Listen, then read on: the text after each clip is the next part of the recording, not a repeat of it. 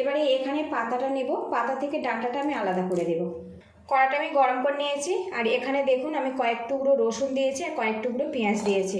পেঁয়াজ আর রসুনটা কিন্তু বেশ কিছুক্ষণ নাড়াচাড়া করে নিয়েছি। এবারে এর মধ্যে দিয়ে দেবো পাতা, সজনে পাতাও নাড়াচাড়া করে নেব। নমস্কার বন্ধুরা, আমি অরিন্দিতা, আপনাদের সকলকে স্বাগত জানাচ্ছি। আজকে আমি পুষ্টিগুণে সম্পন্ন সজনে পাতার বেগুন দিয়ে একেবারে নতুন স্বাদের একটা রেসিপি আপনাদের সাথে শেয়ার করব। তার জন্য এখানে দেখুন একটা মিডিয়াম সাইজের কালো বেগুন নিয়েছি, আর এখানে নিয়েছি সজনে পাতা। আগে থেকে বেগুন আর সজনে পাতাটা বেশ ভালো করে আমি ধুয়ে নিয়েছি। আর বন্ধুরা, এখানে আমার প্রয়োজন মতো নিয়েছি, আপনারা কম বেশি করে নিতে পারেন। বেগুনটা আমি একটু সাইড করে দিলাম। এবারে এখানে পাতাটা নেব, পাতা থেকে ডাঁটাটা আমি আলাদা করে দেব। আর অবশ্যই একটু কচি টাইপের পাতা দিয়ে এই রেসিপিটা বানানোর চেষ্টা করবেন, এতে কিন্তু অনেক বেশি খেতে ভালো লাগবে। অনেকে সজনে পাতা খেতে চায় না, বিশেষ করে বাচ্চারা। আজকের যে রেসিপিটা শেয়ার করছি, একবার যদি এইভাবে বানান বন্ধুরা, তো বাচ্চারা কিন্তু খুব সহজেই খেয়ে নিতে পারবে। আর এই রেসিপিটা কিন্তু আপনারা ভাত, রুটি, পরোটা সবইতে খেতে পারবেন। এইভাবে পাতাটা আমি ডাঁটা থেকে আলাদা করে ফেরত আসছি। পুষ্টিগুণে সম্পন্ন সজনে পাতা বেগুনের এই রেসিপিটা যদি ভালো লাগে তো বন্ধুরা একটা লাইক দিয়ে দেবেন। আর আমার রান্নার রেসিপিগুলো যদি ভালো লাগে প্লিজ বন্ধুরা লাইক, শেয়ার, সাবস্ক্রাইব করে আমাকে একটু সাপোর্ট করবেন। কথা বলতে বলতে দেখুন পাতাগুলো আমি ছাড়িয়ে নিয়েছি, আর আগে থেকে যেহেতু আমি ধুয়েছি এখন আর ধোবো না। কড়াটা আমি গরম করে নিয়েছি, আর এখানে দেখুন আমি কয়েক টুকরো রসুন দিয়েছি আর কয়েক টুকরো পেঁয়াজ দিয়েছি। এবার এর মধ্যে দিয়ে দেবো কাঁচা লঙ্কা। শুকনো কড়াতে একটু নাড়াচাড়া করে নেব, এর কাঁচা গন্ধটা চলে যাবে। পেঁয়াজ আর রসুনটা কিন্তু বেশ কিছুক্ষণ নাড়াচাড়া করে নিয়েছি। এবারে এর মধ্যে দিয়ে দেবো পাতা। গ্যাসেরটা একদম কমে রেখে সজনে পাতাও নাড়াচাড়া করে নেব, এতে করে সজনে পাতার যে কাঁচা গন্ধ সেটা কিন্তু চলে যাবে। সজনে পাতা দিয়ে বেশ কিছুক্ষণ নাড়াচাড়া করে নিয়েছি, আর এখন দেখুন পাতাটা কিন্তু বেশ কমে গেছে। এইভাবে রেডি করে নিতে হবে। এবার এগুলো আমি নামিয়ে ঠান্ডা করে নেব। সজনে পাতা কিন্তু ঠান্ডা করে নিয়েছি। এখানে মিক্সিং জার নিয়েছি, জারের মধ্যে পাতাটা দিয়ে দেব। এবারে এর মধ্যে সামান্য পরিমাণে জল দিয়ে দেব। এখানে কিন্তু খুব বেশি জল দেব না, অল্প পরিমাণে জল দিয়ে এটা পেস্ট বানিয়ে নেব। এবারে এই বেগুনটা আমি টুকরো করে নেব।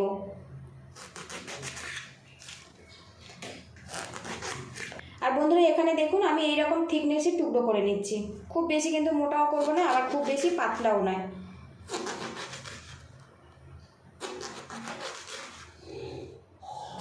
এখানে একটা বোল নিয়েছি, বোলের মধ্যে বেগুনের টুকরোগুলো নিয়ে নেব। আর একটা কাঁটা চামচ নিয়েছি, দেখুন একটু হালকা করে এইভাবে ছিদ্র করে দেব, যাতে মশলাটা খুব সহজে এর মধ্যে যেতে পারে।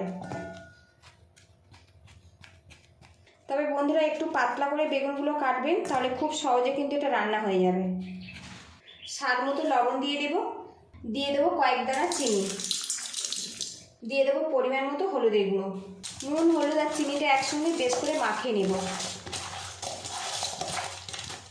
ভালো করে মাখিয়ে নিয়েছি, এবার এইভাবে রেখে দেব।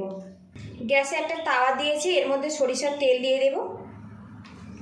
এখানে আমি 1 চামচ পরিমাণে তেল ব্যবহার করলাম। তেল ভালো করে লাগিয়ে নিয়েছি, এবার এটা আমি গরম হতে দেব। এখানে একটা বোল নিয়েছি, এবার এর মধ্যে সজনে পাতার মিশ্রণটা আমি দিয়ে দেব। আর এখন দেখুন মিশ্রণটা কিন্তু একদম মিহি করে পেস্ট করে নিয়েছি, এইভাবে রেডি করতে হবে। এবার এর মধ্যে সামান্য পরিমাণে কালো জিরে দিয়ে দেব, স্বাদ মতো লবণ দিয়ে দেব। এবারে এর মধ্যে দিয়ে দেব 2 টেবিল স্পুন বেসন।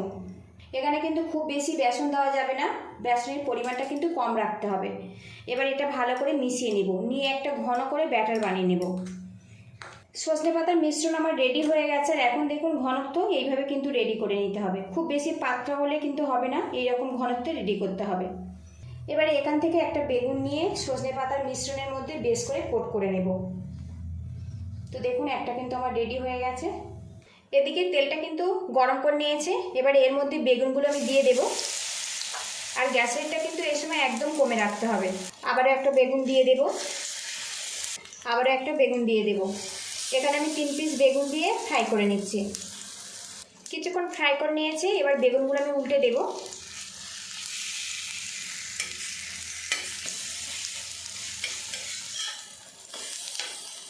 যারা সজনে পাতা খেতে একটু পছন্দ করেন না, একবার এইভাবে বানিয়ে দেখতে পারেন। এই রেসিপিটা কিন্তু ভাত, রুটি, পরোটা আপনারা সবইতে খেতে পারেন। আর যারা সজনে পাতা খায় না তারাও কিন্তু খেয়ে নেবে। উল্টে পাল্টে সজনে পাতা বেগুনের রেসিপিটা কিন্তু আমি ফ্রাই করে নিয়েছি। আর এখানে দেখুন একটা কাঁটা চামচ নিয়েছি, আপনাদেরকে দেখাই এটা ঠিকঠাক মতো কুক হয়েছে কিনা। তো দেখুন কত সুন্দরভাবে বেগুনটা সিদ্ধ হয়ে গেছে।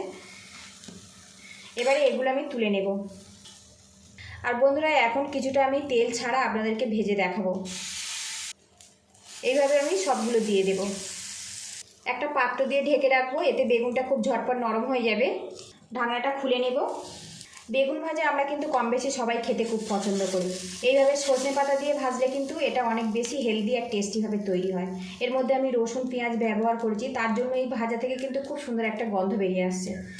আর বন্ধুরা যখন তেল ছাড়া একদমই বানাবেন, অবশ্যই তাওয়া বা প্যানেতে অল্প একটু তেল ব্রাশ করে নেবেন, তাহলে এই বেগুনগুলো উঠতে বেশি সুবিধা হয়। তো দেখুন কালারটা কিন্তু পুরোপুরি চেঞ্জ হয়ে গেছে। আর গ্যাসের রেটটা কিন্তু একদম কমে রাখবেন। একটু গ্যাসের রেটটা কমে রেখে যদি এই বেগুনগুলো ভাজা যায় বন্ধুরা, এই যে সবুজ কালারটা কিন্তু খুব সুন্দর থাকে। আবারও আমি ঢেকে দেব। ঢাকনাটা খুলে নেব। বেগুনটা যতক্ষণ না নরম হচ্ছে বন্ধুরা, এইভাবে কিন্তু ঢাকনা তুলে তুলে একটু নাড়াচাড়া করে নিতে হবে। এদিকে দেখুন বন্ধুরা, বিনা তেলে কিন্তু সজনে পাতা দিয়ে বেগুন ভাজা আমার রেডি হয়ে গেছে। আপনাদেরকে দেখা এটা কত সুন্দরভাবে সিদ্ধ হয়েছে। তো দেখুন বন্ধুরা কত সহজে কিন্তু এটা কেটে যাচ্ছে। দেখুন এটা কিন্তু খুবই পুষ্টিগুণে সম্পূর্ণ। ভাত রুটি পরোটা আপনারা সবাই খেতে পারবেন। যারা একদমই তেল খেতে পছন্দ করেন না, সজনে পাতা বেগুন দিয়ে এইভাবে ফ্রাই করে নেবেন। এটা কিন্তু খুবই পুষ্টিগুণে সম্পূর্ণ বেগুন ভাজা। ওপর থেকে সামান্য করে তেল আমি ব্রাশ করে নেব। আর যারা অল্প পরিমাণে তেল খান, এইভাবে বেগুন ভাজাটা রেডি হয়ে যাবে, অল্প একটু তেল ব্রাশ করে দেবেন। এইভাবে কিন্তু আপনারা সজনে পাতা বেগুন ভাজা করে আপনারা ব্রেকফাস্টেও পরিবেশন করতে পারেন, ভাতের সাথেও পরিবেশন করতে পারেন, আবার কিন্তু ডিনারে রুটির সাথেও পরিবেশন করতে পারেন। এটা কিন্তু খুবই হেলদি। সামান্য একটু তেল ব্রাশ করে নিয়েছি, উল্টে পাল্টে নেব।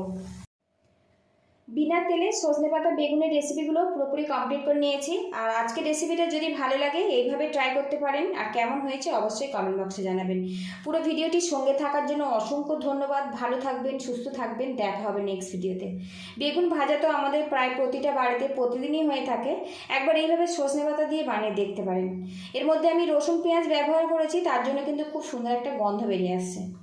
তো বন্ধুরা যেটা একদমই অল্প তেল বা বিনা তেলে যেটা ভেজেছি, দেখুন কত সুন্দরভাবে সিদ্ধ হয়েছে। দেখুন বন্ধুরা একদম কিন্তু নরম তুলতুলেভাবে রেডি হয়েছে। এটা কিন্তু খুবই হেলদি। যারা একটু তেল খান না, বিভিন্ন রকম স্বাস্থ্যের সমস্যার কথা ভেবে, তারা কিন্তু এইভাবে বানিয়ে খেতে পারেন।